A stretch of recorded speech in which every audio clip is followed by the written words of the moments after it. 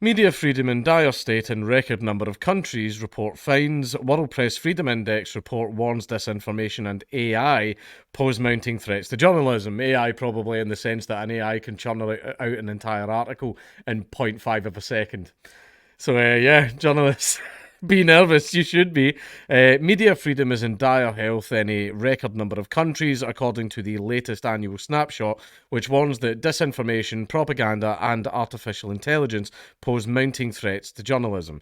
The World Press Freedom Index revealed a shocking slide with an unprecedented 31 countries deemed to be in a very serious situation, the lowest ranking in the report up from 21 just 2 years ago. Yep, the world is shifting more towards authoritarianism because the more and more of us there are, the more and more the elites start to panic. Increased aggressiveness from autocratic governments and some that are considered democratic, wonder who that could be, coupled with massive disinformation or propaganda campaigns, has caused the situation to go from bad to worst, according to the list released by the advocacy group Reporters Without Borders. Pardon me. There is more red on the RSF map this year than ever before, as authoritarian leaders become increasingly bold in their attempts to silence the press, the RSF Secretary General Christophe Delar told The Guardian. The international community need to wake up to reality and act together decisively and fast to reverse this dangerous trend. I absolutely agree. Yes, I don't care if you're a left-wing outlet or a right-wing outlet, you should have freedom of the press just like everybody else. Which means that obviously you wouldn't do anything stupid like supporting things like hate speech laws or laws that threaten the country or just any type of laws on speech and that at all. You wouldn't do that, would you? No, you absolutely wouldn't do that. You're a clever cookie. You obviously knew that you wouldn't support such laws because your job obviously depends on you being able to speak. I mean, after all, you can't exactly be a journalist if you're not allowed to, tell people the news and stuff like that. So you wouldn't support laws like that. Of course you wouldn't. You're a smart boy, aren't you? Wednesday marks the 30th anniversary of the first World Press Freedom Day, which was created to remind governments of their duty to uphold freedom of expression. Yeah, okay. If a centralized government is to exist, then yes, that is its duty. Much the same as the security guard who's sitting falling asleep in the security booth. It's his duty to watch the museum.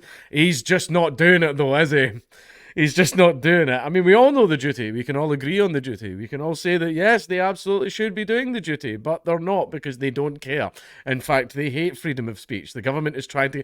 Don't stop treating this like, oh, Mr. Government, you appear to have forgotten. They've not forgotten, right?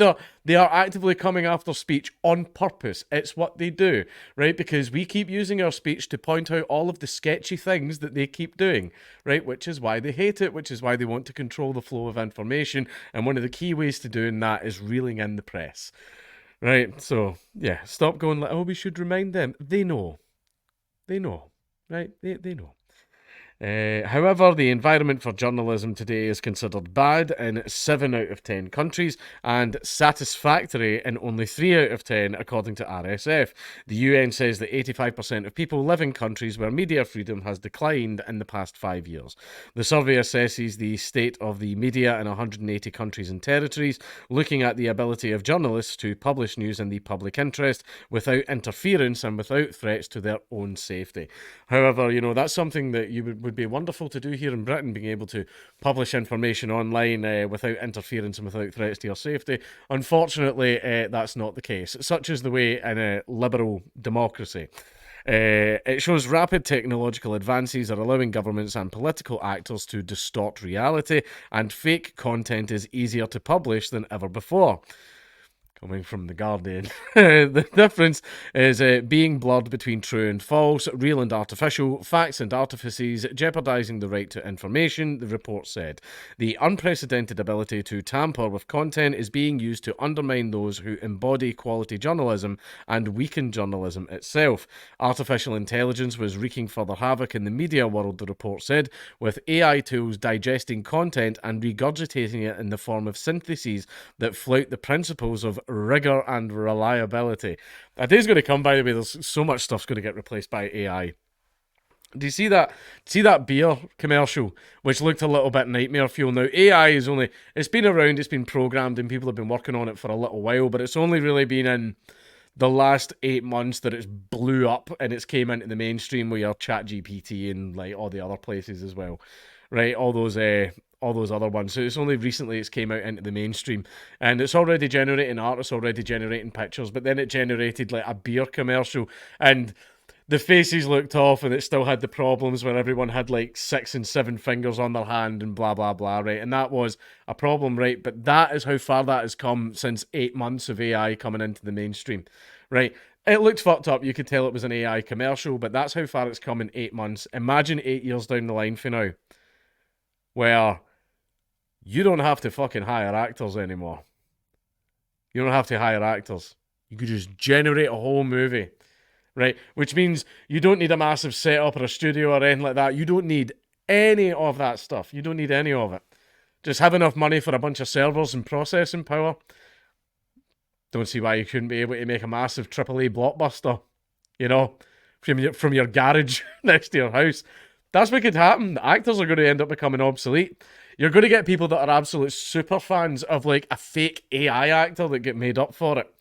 Right? Adverts are good. And also the writing for the movie. Oh shit, you can get an AI to do that as well. The script, an AI.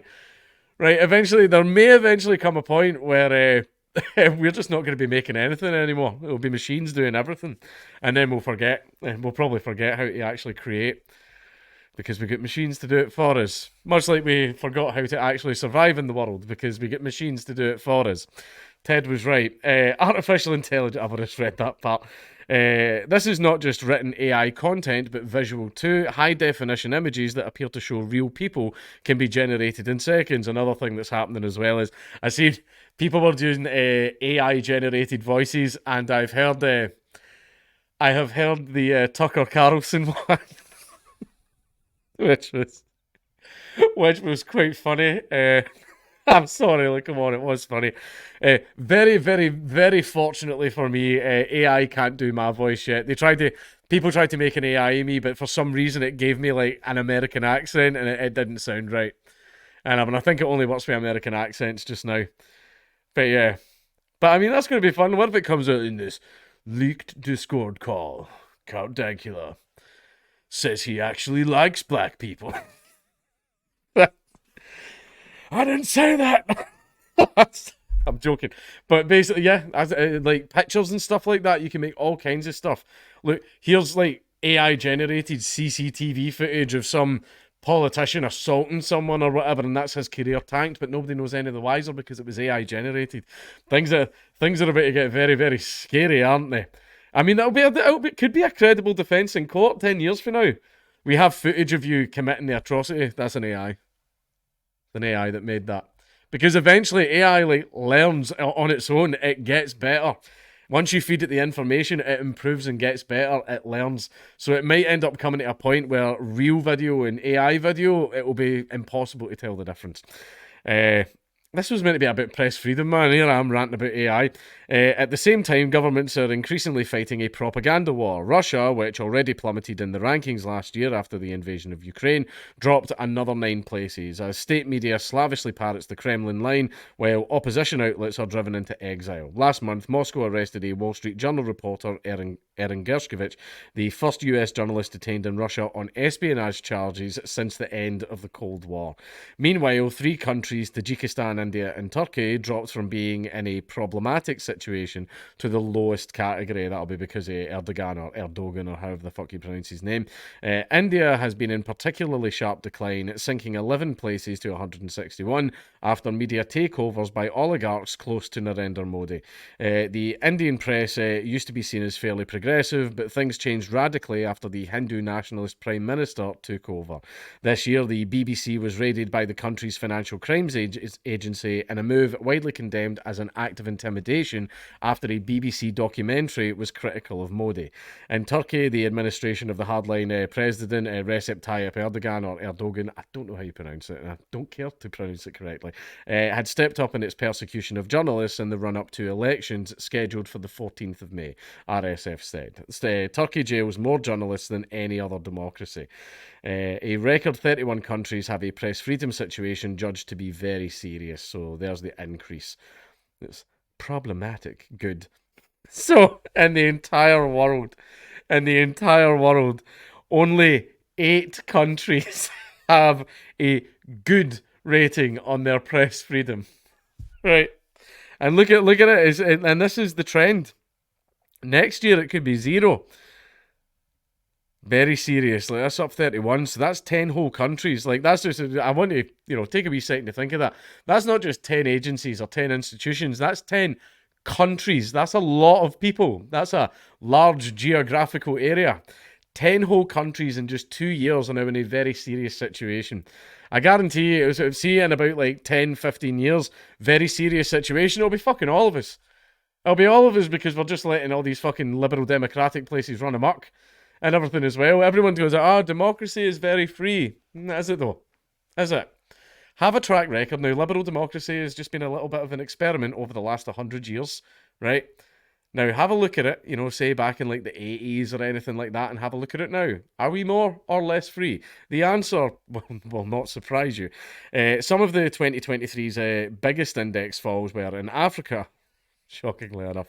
Until recently, a regional model, Senegal fell 31 places, mainly because of criminal charges brought against 2 journalists, Papa Alignang and Pape Ndaye. Don't know how it's pronounced. Tunisia fell 27 places as a result of President Kais Saied's growing authoritarianism, much like most countries in the world. The Middle East is the world's most dangerous region for journalists, but the Americas no longer have any country coloured green, meaning good, on the press freedom map. The US fell 3 places to 45th. The Asia-Pacific region is dragged down by regimes hostile to reporters, such as Myanmar and Afghanistan, 152nd on it. Out of 180, Myanmar is 173rd out of 180. I'm going to guess that the 180th is like North Korea or something like that. We are witnessing worrying trends, but the big question is if these trends are a hiccup or a sign of a world going backwards. It's a world going backwards. Because they apparently free democracy, we're going down the exact same path, just slower. We're going down the exact same path, said Guilherme Canella, the global lead on freedom of speech at UNESCO. Physical attacks, digital attacks, the economic situation, and regulatory tightening we are facing a perfect storm. A separate UNESCO report released on Wednesday said healthy freedom of expression helped many other fundamental rights to flourish. Oh, what's that? You mean the right to freedom of speech is the right that all the other rights are built on? It's the literal foundation of any other right, because how are you supposed to ask for the right or, fucking make the argument or air a grievance against an authoritative figure if you're not allowed to say it? Yes, freedom of speech is the basic bitch right that you need for all the others. That's why whenever you get all those fucking loonies and all these like other trans lobbies and everything like ban speech, trans rights, you literally can't have trans rights without the speech, right? If you don't have the speech, you don't have any other rights, right? That's the way it works. Fucking like you'll fucking listen. Nordic countries have long topped the RSF rankings, and Norway stayed in first place in the Press Freedom Index for the 7th year running. But a non-Nordic country was ranked second, Ireland. Well, a law was just passed in Ireland. That's about to tumble a few places. The Netherlands returned to the top 10, rising 22 places following the 2021 murder of the crime reporter Peter R. de Vries. The UK, was that not that one because he reported on gangsters and the gangsters actually killed him? I might be wrong on that, don't quote me on that. The UK was listed at 26. As someone who knows journalists, even though we don't like each other, even though some of them have wrote fucking hit pieces on me in the past, they send me stuff going, just a little thing I think you would be interested in. And turns out UK governments are not free. UK governments are not free. UK journalists are not free. A lot of this stuff is, strangely, they're not allowed to talk about certain things. It's really weird that. The Western world's media landscape remains mixed, according to the RSF and other press freedom groups, with political and financial pressures. In the first quarter of this year, news media job cuts in the UK and North America ran at a rate of 1,000 jobs a month, a Press Gazette analysis has found. Yeah, because BuzzFeed's down and fucking Vice are even going as well, apparently. Allegedly, they're about to file bankruptcy. Last week, the New York-based Committee to Protect Journalists released a report warning against complacency in the EU, which has traditionally been considered among the world's safest and freest places for journalists. That's not true. Right? As safest as in being in the dingo den is a lot safer than being in the lion's den. Do you know what I mean? you're still going to get fucked up pretty badly, but being with the dingoes has been better than being with the lions, you know. Last week, but I've just read that. The group expressed concern about rising populism. Populism, you mean caring and appealing to the needs of the common man, the everyman, the person who makes up like the vast majority of the country. Isn't that what governments are supposed to do? The vast majority of this country would like this. We as the government, it's our job to provide it to them, to take care of their needs that the majority of people are asking for. I thought that's what governments were supposed to do, but no, populism's a dirty word, which tells you they're like, caring for the needs of the people in the country. Yeah, we're not going to do that. Populism's a dirty word, which tells you everything you need to know about journalists. And illiberal governments, such as in Hungary and Poland, trampling on the rule of law, including press freedom. Liberal democracy is actually just as bad. It's doing the exact same thing, just not as fast. Liberal democracy is authoritarianism driving the speed limit. The Maltese journalist Daphne Caruana Galizia and the Slovakian journalist Jan Kuciak had been murdered in connection with their work, which was apparently very common back in the day in America when journalists would write things about the mob. So yeah, the world is going further into authoritarianism. Not that we needed to be told that.